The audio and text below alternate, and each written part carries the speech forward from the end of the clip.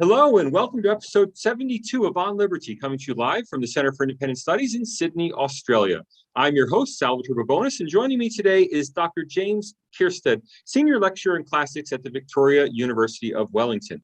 We'll be asking James what democracy meant in ancient Athens, just how bad ostracism could be in a world before refugee conventions, and perhaps most importantly of all, what have the ancient Greeks ever done for us? James Kierstead, how are you? Good, thanks. Thanks for having me. Thanks for joining us. Look, just how did democracy work in ancient Athens? Okay, so the basic structure is that you have a council and an assembly. It's the same basic structure in a lot of Greek city-states, including Athens. And the council is allotted. So in Athens, they have a council of 500 representatives, 500 men, male citizens. And they're chosen by lot. They're chosen randomly from the citizen population. And that council of 500 has agenda control. So it makes business for the assembly. And the citizens' assembly is the real sovereign institution of the state. The citizen assembly takes place on a hill called the Pnyx. And anybody can come. Again, any male citizen over the age of 18 can come to the Pnyx. And they will vote directly on policies. They'll vote by raising their hands, what the Greeks call kairotoneia. They listen to speeches. People can go up onto the bema, the speaker's platform, and they'll vote on, the policies of the day. And it's really serious stuff. I mean, it's whether you go to war with Sparta, whether you fight against Persia, anything. How much money you want to give to the gods this year. And they'll have one of these meetings pretty much every week, and they'll have a special, more important assembly about once a month. So these meetings are happening quite often, and there are around 6,000 people that come to these assembly meetings. In the 5th century, the 1st century of Athenian democracy, they struggled to get those numbers, but it seems like in the 4th, they introduced pay for people to come, to enable sort of poor men to turn up to the assembly. And then they were regularly getting around 6,000 people. They remodeled the Pnyx, the hill that these meetings were on, so that they knew that if it was full, there would be about 6,000 men there. And that's the basic structure of the system all the way through the 5th century BC and pretty much the whole of 4th century BC. Now there are other institutions too. They also have magistrates, so city officials. They have about 700 domestic magistrates in Athens itself. Some more when Athens has an empire are abroad. And about 600 of these magistrates, of these officials, are selected again by lot. They're selected randomly from the citizen population. And only about 100 of them are elected. The Athenians actually saw election as a more aristocratic mechanism, because if you were running for election, you could be charismatic, good looking, you could be rich, you could be from a noble family, and that would give you an advantage. So the radical democrats of ancient Greece actually saw sortition, selection by lot, as a more democratic mechanism. And that's why they also used it in a 4th very important institution, and that is jury courts. So courts were allotted, mass juries of 501, 201, 401 people, depending on the type of case. That's the system that condemned Socrates to death notoriously in 399 BC. And then finally, you have the final institution, which was really important in Athens, and they had it in some other city-states too, was ostracism. And ostracism is a system where you actually have a vote at a certain point during the year on the Pnyx, where the assembly is held. And that vote is, shall we have an ostracism this year? Do we need to? And the question, do we need to, is often around, is there someone who's pissing us off? Or even, are there 2 people who are at loggerheads? Are there 2 elite politicians that might sort of undermine the state, undermine the democracy if things get too heated? And if you decide, yeah, I think, I feel an ostracism coming on this year, you then go down into the agora, the sort of town square of Athens, and then you literally just write the name on a sherd of pottery. The sherd, a little bit of pottery, in Greek is called an ostracon, and that's where we get the word ostracism. And so you write, Salvatore or James, or no offense, or whatever politician. I mean, students often quite like this because they immediately start thinking of politicians they want to exile. And whoever gets the most names on the sherds of pottery, that person, that man, will be ostracized. And that means that they're exiled from Athens for 10 years. It's not a legal punishment. It's not that they've been found guilty of anything. It's just a political mechanism. You get to keep your property. You get to keep your citizenship rights. You go abroad, and after 10 years, you can come back and you can start again, and you're completely in good standing in the community. So those are the 5. So those are the 5 big institutions: the council, a lot of council of 500, the assembly of citizens, the jury courts, and the ostracism. I missed one out. magistrates, the city officials. I really like the idea of getting to vote on how much we should give to the gods every year. It seems like a very useful sort of thing to get to vote on. Look, you've given us a lot of the how of democracy. You've given us even a little bit of the when. Let me ask you about the where. Are we primarily talking about ancient Athens, one city-state, or are we talking about a broader institution found throughout Greece? We're talking about a broader institution found throughout Greece, and a lot of city-states had democracy. The problem is we don't know exactly how many and when, or at least it's a little bit difficult to piece together the evidence to show where democracy was and when. Luckily, there's been a very good scholar at the University of Indiana, Eric Robinson, who spent a lot of his career looking deeply at the evidence and trying to tease it out. And he's come to the conclusion that even before Athens became democratic, there were probably other Greek city-states, Argos, for example, that were democratic in the 6th century BC, so the 500s BC, a handful of them, maybe a dozen. And then once we get into the classical period, there's a bit of a democracy boom. And we have evidence, Robinson thinks, for between 30 and 50, let's say, at different points of time. And city-states move into democracy and they also move out of it. There are oligarchic revolts and so on and so forth. And then once you get into the Hellenistic period, and this is going into the period when Macedonia starts to dominate the Greek world, it's a weird paradox that demokratia, the word for democracy, it becomes something that a lot of Greek city-states want to claim. So just as Alexander is basically taking over the world, and even after his empire collapses, you have these big, powerful Greek kingdoms, it's in that period that a lot of the Greek city-states start saying, no, we're a democracy. And then there's a debate about, well, how seriously do we take that? If you look internally at these city-states, they have a very vibrant civic life. They're voting on, religious matters and taxation. The thing that they're limited in that period is foreign policy, either because even though they're nominally independent, the Greek kingdoms are just much bigger, or because they're actually literally in the territory of a kingdom, and that obviously limits their freedom in several ways. But basically, there are city-states which keep calling themselves democracies, well into the Hellenistic period. And it's only really in the Roman period and later, really, that starts to completely disappear. So when you describe the institutions of ancient Athenian democracy, can we automatically extrapolate those to other Greek democracies? That is, did you describe for us ancient Greek democracy or something very specific and maybe very different called Athenian democracy? That's a good question. And again, it depends on the evidence. We don't know that much about how democracy worked in other city-states, but there's so much more evidence from Athens than anywhere else. But there's some tantalizing glimpses. And basically the picture is that the picture that I gave you there was Athens. It seems like other Greek city-states that were democracies had similar institutions. They definitely would have had allotted officials, and allotted council. They definitely would have had a citizens' assembly. Some of the other things, such as allotted juries and especially ostracism, they weren't always a presence as far as we can tell. But as I said, they did have a version of ostracism in some other places. So Syracuse, for example, huge Greek city-state in Sicily, they had a system called petulism. We read about this in text, and it's very fortunate that we do, because petulism is a system where you write the name of the people that you want to get rid of on olive leaves. And the problem with that is that olive leaves don't remain for us archaeologically in the very convenient way that sherds of pottery do. So we don't have any. We have lots of surviving sherds from Athens with the names of politicians on them. Very interesting. Themistocles, Pericles, all these big hitters. We can tell people either succeeded in ostracizing them or tried to. With Syracuse, we don't have that evidence, but we know they were doing something similar. We do have a question from the audience already, and this is a live show. The reason we do it live is so that we can have interaction between our audience and our guests. I think we're the only live show being done in Australia on current events that takes audience questions, real audience questions, not placed ones like the ABC perhaps. We have a question for Christopher. Did ancient democracy have any mechanism implying or ensuring tolerance for dissenting views? That's a very tough one. There's a big debate about how liberal democratic Athens was. And again, Athens is really the only city-state that we can look at in enough detail to try and answer some of these questions.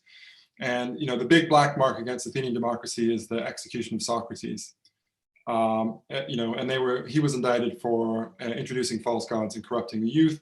but it seems like he sort of pissed them off by being so anti-democratic, or at least if the views that Plato attributes to him are anything to go by, he was quite anti-democratic. He was hanging out with people like Critias, who were involved in the 30 Tyrants, which was a short-lived oligarchic regime in 404 and 403. So they definitely killed Socrates, and that probably had something to do with his views, so that's a bad sign. However, it doesn't seem like that was typical. It seems like that was quite rare.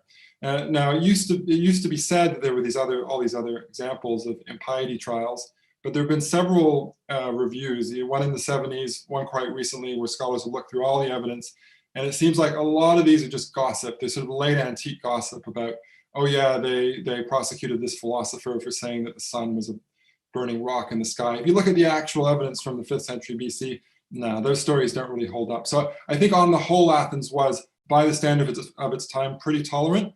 Socrates was an exception. It's a big exception, but it was really just an exception.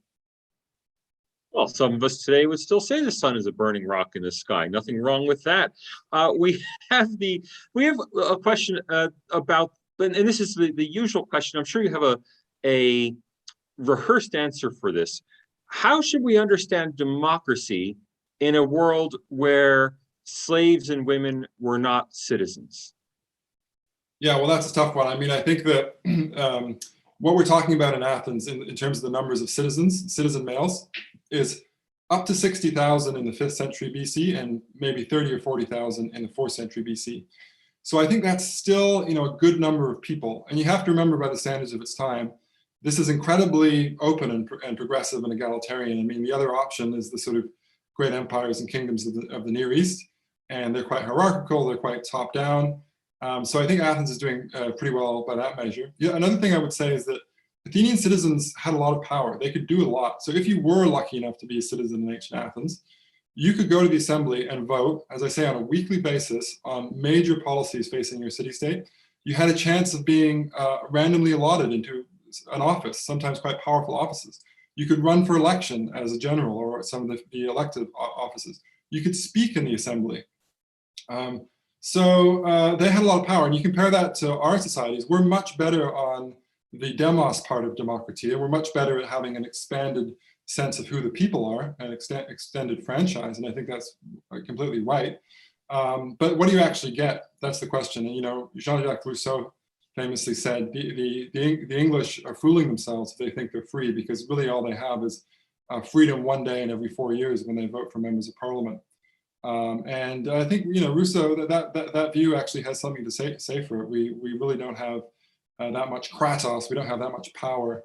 The people nowadays don't have as much power as they would have in the ancient world. I want to ask you about the kratos, but let me first press you a little more on the demos.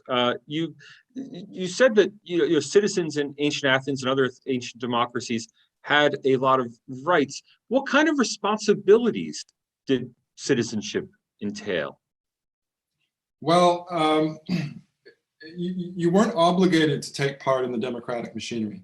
It seems that was always on a volunteer basis. I've read recently about a radical democratic Swiss canton in the early modern period, where they would actually forcibly allot offices. They would say, Salvatore, you're doing this office whether you want to or not. The Athenians never actually did that. But there was a general sense in the civic culture that it was a good thing to contribute.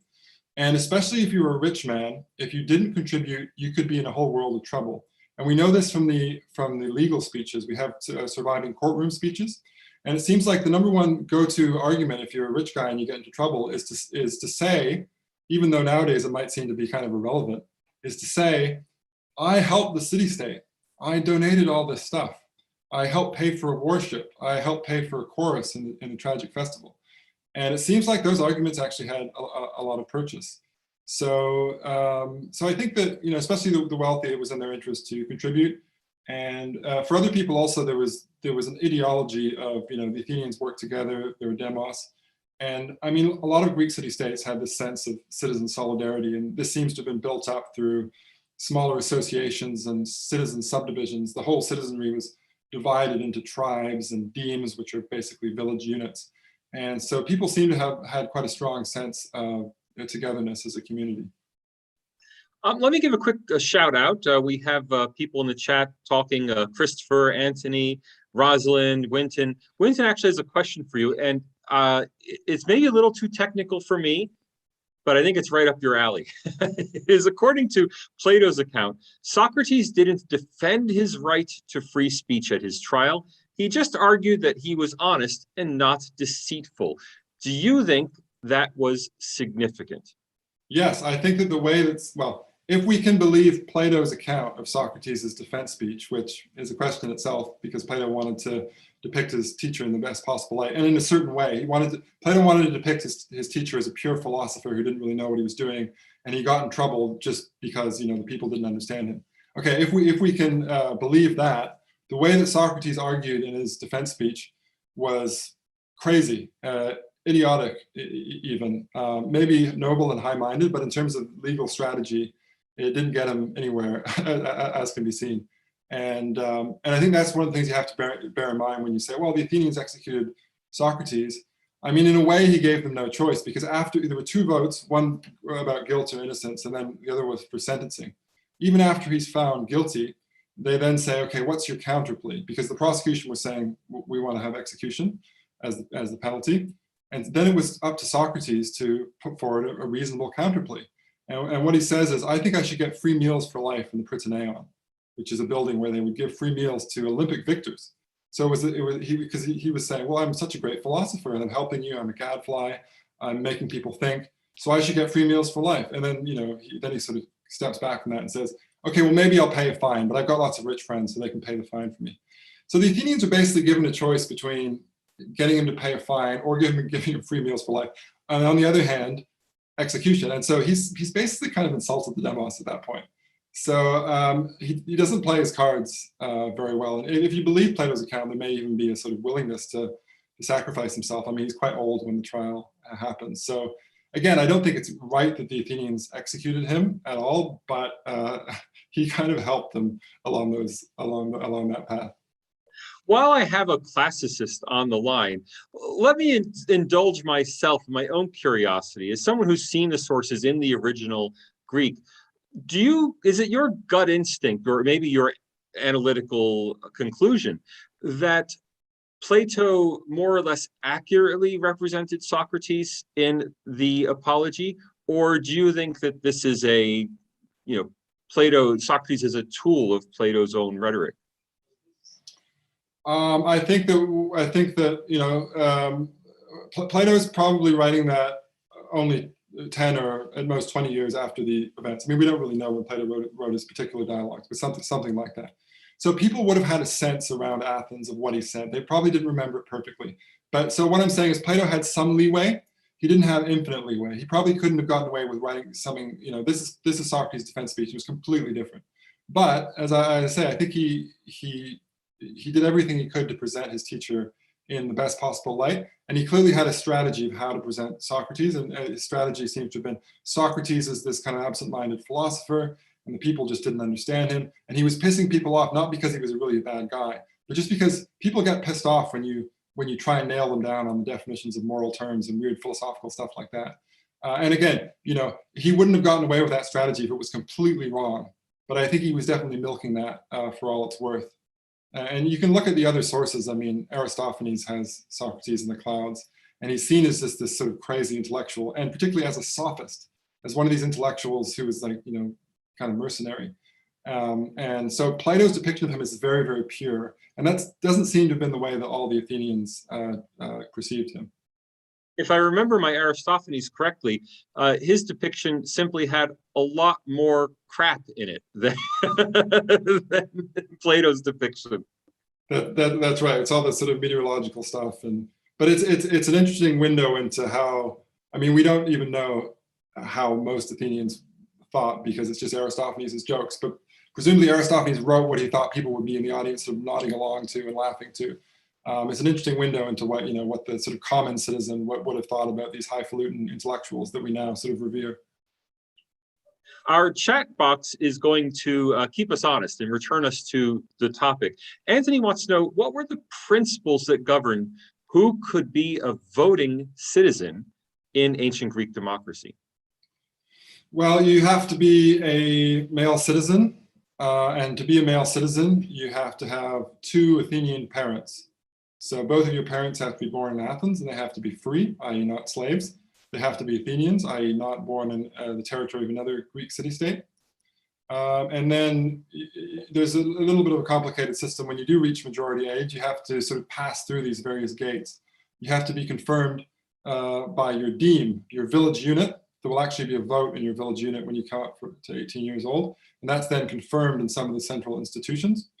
And it also helps if you're a member of a kinship group. There are kinship groups called phratries. And they would know who your father was, and they would know who your mother was. Your father would have introduced your mother to the lads, to the club. There would also have been ceremonies when you were a boy and when you were an adolescent.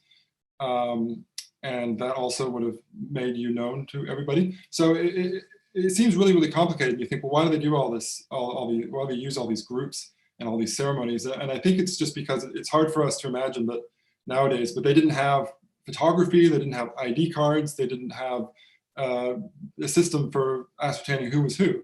And so everything was done in this by these social mechanisms.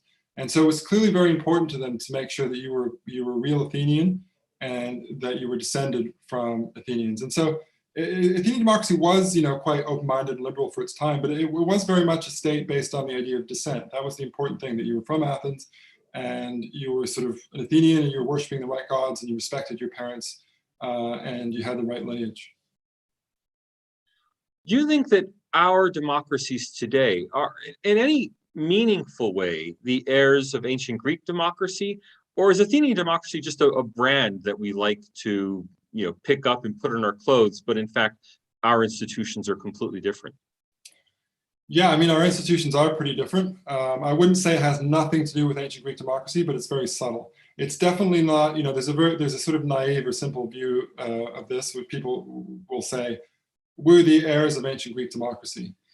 It's not true in any kind of simple sense. It's not true that there was ancient Greek democracy and that just sort of continued on into modern Australian democracy. It's much more complicated than that. And in fact, if you look at, even sources within Western culture, the kind of leisure class elites who tend to write history and political theory, they were very down on Athenian democracy for a very long time, for the most part. However, it can also be said that when you get into the early modern period and you have some more liberal and democratic thinkers, from John Locke to George Grote, the great Greek historian who was a friend of John Stuart Mill, those guys do seem to look back to ancient Greek democracy and take some sustenance from it, take some inspiration, and also take some arguments. So a lot of the arguments for majority rule and the secret ballot, which George Grote tried to push in the British Parliament because he was an MP as well as a historian, a lot of those ideas did come from the ancient Greeks. So I personally think that the coming of democracy in the modern period has a lot more to do with economics than anything else. It has to do with the Industrial Revolution. However, the cultural heritage of the West and of the Greeks, I think, did help them. It's helped nudge them into a more democratic space. I'm fond of reminding people that it's not just, quote unquote, the West that are the heirs of Greek culture and Greek civilization, but also much more directly Orthodox civilization. So we could think of Russia and the Balkans as being the heirs of ancient Greek civilization. They're certainly much closer in terms of language and religion than we are. And then we also have the Islamic world. So we might think of the Muslim Ummah as having a direct institutional connection to ancient Greece. After all, the areas that became Muslim in the 7th century were previous to that were Greek areas. I mean, the library at Alexandria was Greek. The scholars in Damascus were Greek before they were Arabic. Can we find more ancient Greece in the West than maybe we might find in Moscow or Damascus? It's a good question. I mean, it all depends on where you draw the lines with the West. I mean, I know this is controversial, but I would still see even Eastern Orthodoxy as part of the larger West. With Muslim civilization, I think there's a lot of intersections and interactions, and certainly, this is something that people have written about quite a lot, is that some of the heritage of ancient Greece came down to us through Islamic civilization. Now, so Avicenna, Averroes, these people were commentators of Aristotle. That has been exaggerated a little bit. The vast majority of Greek texts don't come through that route. The vast majority of Greek texts come through Western monasteries, and they come through Byzantine civilization. But there is some influence on Islamic culture. But then I think that when we're thinking about the West, we also have to remember that there are other civilizations even further afield, Chinese civilization, Mesoamerican civilization. They don't bear any impact of the Greeks. So I think it is still sensible to think about the West as a cluster of traditions which interacts quite in a quite involved way with the Islamic civilization, but isn't quite the same. So you wouldn't see perhaps the Muslim idea of the Ummah as being in some ways more a direct descendant of Athenian citizenship than our Western concepts of citizenship? I actually don't know that much about Ummah. Maybe you should tell me something. Oh. Well, I'll leave that. I'll leave that as a point for a future discussion. Look, I have a final question for you. We have to start wrapping up, but I do have one big thing I want to know, which is, which democracy do you prefer? Would you rather we have an ancient Athenian democracy, of course, modernized in appropriate ways, with a full franchise? I understand no one wants to exclude anyone in today's society, but would you rather see ancient Athenian mechanisms for democratic decision-making or the kinds of mechanisms we have today? No, I'm a proponent of more Athenian-style democracy, to be honest. I've just been reading books by Rosalind Fuller in Defense of Democracy, Beasts and Gods, and she lays out a plan. She calls it Fuller democracy because it's a pun on her name. But I basically agree with that. And the plan for that is just to have more citizen participation. Now, as I think she would admit, and I would emphasize, we have to be careful because the representative systems that we live in at the moment have been very successful in lots of ways. So we don't want to just sort of wipe the slate clean and have something completely new overnight. But luckily, there are sensible people in the sort of Clariterian community, people who are interested in sortition, and they do experiments, and they have citizens' assemblies selected by lot. You can see how those things work out. And I think there are lots of really good objections against the way that those citizen assemblies are being done now, because often they sort of feed them information, and then they take the view that, oh, the people that we selected, their views are going in the right direction, which I always think is a little bit shifty. You should really just select people and then let them decide what they want to decide, right? But so there are all these little things to work out with more sortition, with more referenda. But I think that, to be perfectly honest, those are real democratic mechanisms. If we are Democrats, and we think that we're in favor of popular power, then we need to start doing those things, because at the moment, what we have is much better than the alternatives. But Rousseau is still correct that people don't actually have that much power in our current systems. Okay, final question, I promise. Who would you ostracize? Oh, I don't know if I want to comment on that. I'm not sure if I would ostracize anybody, to be honest. I mean, I think, because nowadays I have too many sort of post-liberal hang-ups about human rights. I just don't think we should sort of cavalierly say no one should come into New Zealand. Well, okay, I guess we're doing that for other reasons, but just to kick someone out of a country for 10 years seems a bit much. It's interesting how the Athenians themselves stopped doing that after a certain point. They stopped ostracizing people. They didn't even ostracize many people in the 4th century BC. So it only was in action for less than a century. And we don't really know why, but those kinds of objections may have played some role. Well, there are plenty of people I'd like to ostracize, but James, you are always welcome at the Center for Independent Studies. Thank you for joining us today. Thanks a lot, Salvatore. Thanks also to Nico Malian, our producer. Our executive producer is Max Hawk-Weaver. The director of the CIS is Tom Switzer. I'm Salvatore Babonis, and we will all be taking a short break for 2 weeks. We'll return on November 3rd with a new slate of guests. You can find us then on